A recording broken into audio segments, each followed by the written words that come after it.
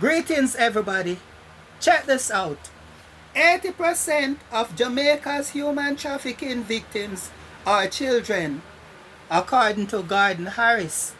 Now, ladies and gentlemen, I totally agree with what she's saying, because what you find happening in a lot of cases is that whenever a woman breaks off a relationship with a man and a child is involved, I see where a lot of them, ladies and gentlemen, separate the child from their biological fathers. They disappear with the child, and the biological father don't know where to locate the child or children. They don't know where to locate them.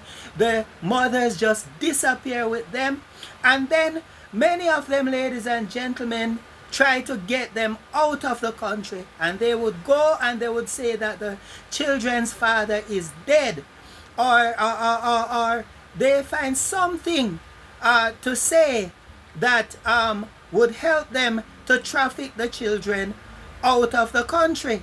And what you find out, ladies and gentlemen, is that many a times this is how men lose their children, because some of the women, ladies and gentlemen, because most of the children that are being trafficked, that have been trafficked, or they are trafficked, it is their mothers who are trafficking them, because they want to cut the fathers out of the children's life for whatever reason. They lie that the father is dead, or that the father have abandoned the children, or anything like that, ladies and gentlemen. They would say things like that. And most cases, ladies and gentlemen, that's not true, because most of the time the fathers don't even know where the children are.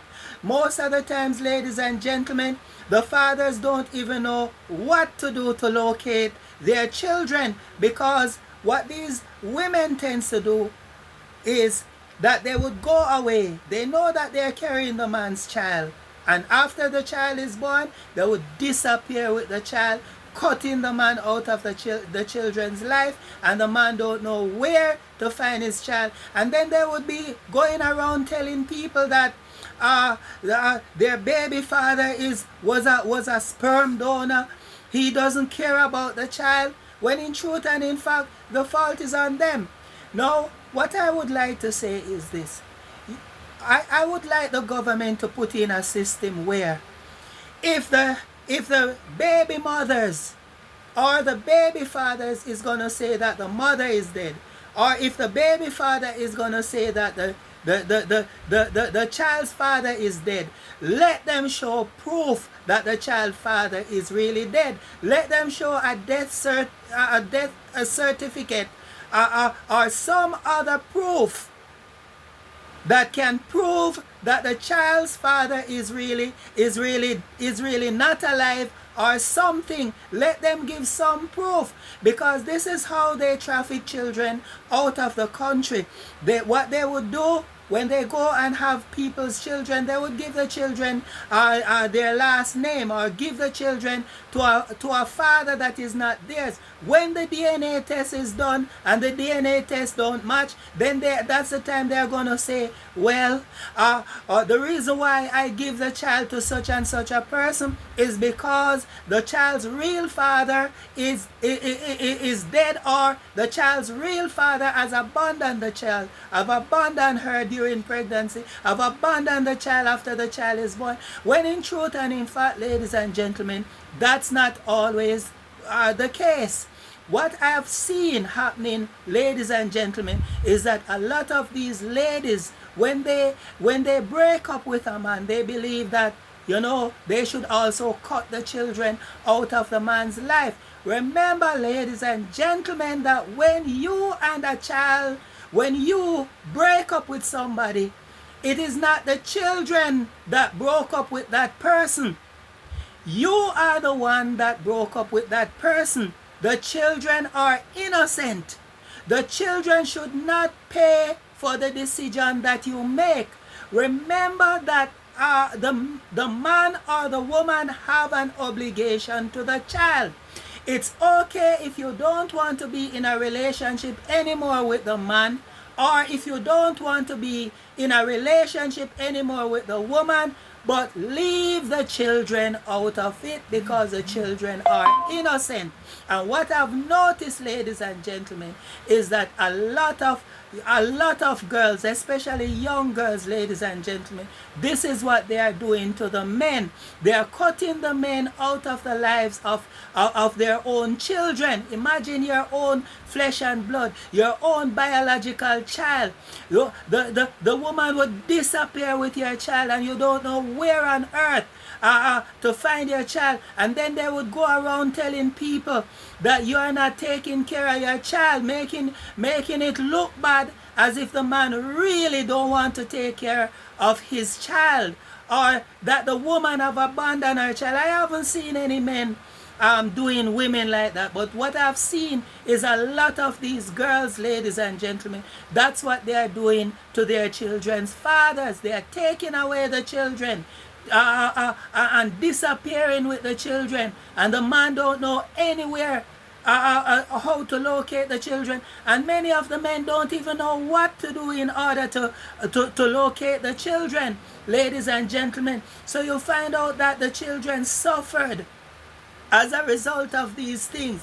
Children suffered as a result of these things. Many of them grow up without their fathers because of these actions that the mothers keep doing to the fathers. So what I am saying, ladies and gentlemen, a lot of these contributed to human trafficking, because when a baby mother disappear with a man's child, I do believe that should be counted as human trafficking, because that can't be parenting. You have a child for a man, or you have children for the man, and you just scrape up the children and just disappear with the children for no valid reason. It's not like the man, and it's not a case where the man is a bad man and you have to do certain things in order to protect the children. Some of these men are innocent. They are just victim of emotional blackmail and emotional abuse by the women who are supposed to be their baby mothers. Because what they do, ladies and gentlemen, is that they use the children to blackmail the men, in that they would disappear with the children and they would say things about the man that isn't true, to make it look like the man is all a bad person and the man is not living up to his responsibility as a father. So they would disappear with the children. So my thing is, I am appealing to the government, or whoever is in charge of immigration, do not allow anybody to take a child out of any country unless they can prove beyond a shadow of a doubt that the man who they are giving the child to take the child out of the country, it's their biological children. And some of them will say, oh, their biological mother or their biological father is in the States, and we're just taking the children to meet them. Let them provide evidence that the biological mother and that the biological father is overseas. Let them provide evidence through DNA or whatever, because this is what a lot of them is doing, and is sending away people's children, ladies and gentlemen, leaving men devastated, because what? They want to be a part of their children's life, but they have not gotten the opportunity to be a part of their children's life because of the wickedness of their mothers. And I say mothers because they are the ones that are mostly guilty of doing these things. I'm not saying that there are not worthless men out there, but what about the men who really want to be a part of their children's life but are not given the opportunity to do so because their baby mother just won't allow them to take care of their children? They go about and they spread all sort of lies and propaganda about their baby fathers, and then in the end the children end up being trafficked as a result of the manipulations of their mothers. You and the man break up. It's not the children and the man break up. And if you don't like the man, it's okay, but leave the children out of it and stop trafficking people's children.